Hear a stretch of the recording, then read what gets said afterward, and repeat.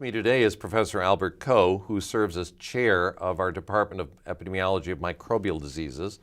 His expertise includes infectious diseases of underserved urban areas, particularly the city where he's worked for over a quarter century, Salvador, Bahia, Brazil. Well, tell us first a little bit about the circumstances in which you found yourself with the Zika outbreak. So, Stan, where we've been working for the last 25 years in Salvador, Brazil, which is the northeast region of the country, was the epicenter for the Zika epidemic. The major problems that we're dealing with now are really twofold. One is that all the babies who had developed these severe birth defects, the microcephaly, the small heads, but all the pathology behind that or underneath that. And then the second is all the babies who were born during that outbreak or during that epidemic, who were presumably exposed, didn't have the severe birth defects, but may have more subtle but equally important deficits as they go on into preschool and school, kindergarten, that the neurocognitive developmental defects that may happen. Those are the big questions that we're trying to grapple with right now. What about the day-to-day lives of Brazilians? Who gets leptospirosis? And how do they get it?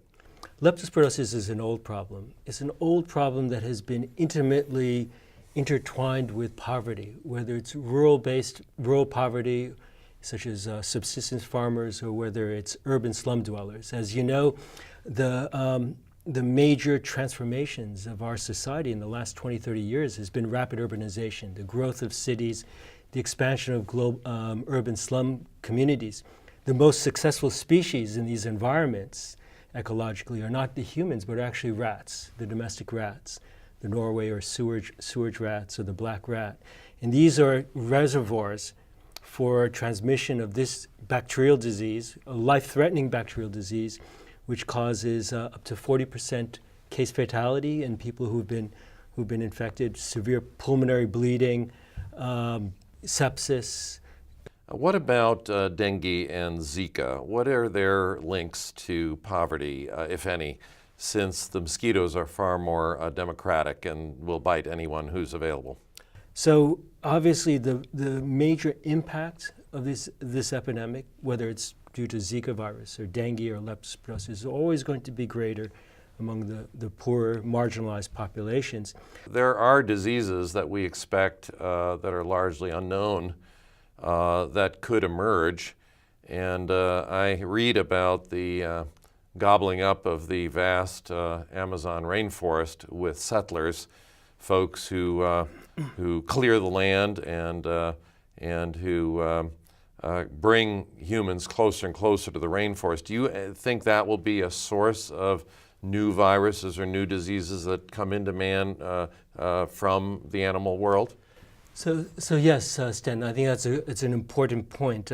When we look back at the important emerging infections, whether it's Nipah virus or SARS or Ebola, many of these were zoonotic infections. I think the best example comes from your home territory of HIV. These were zoonotic infections that spilled over to human populations. The big challenge that we have is what's going to be the next HIV, SARS, or MERS, or Ebola that comes out. So what exactly are we doing here in epidemiology of microbial diseases at the Yale School of Public Health? What are we doing with the state that is keeping an eye on our own backyard?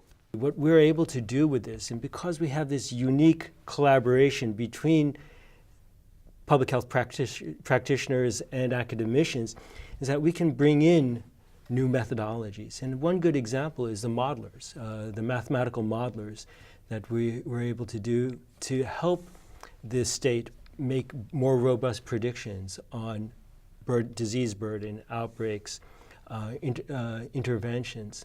Well, I've appreciated this conversation. Obviously, topics close to my heart and my interests, but we really value the work of our somewhat unique Department of Epidemiology of Microbial Diseases and your leadership of that department. So thanks for your time.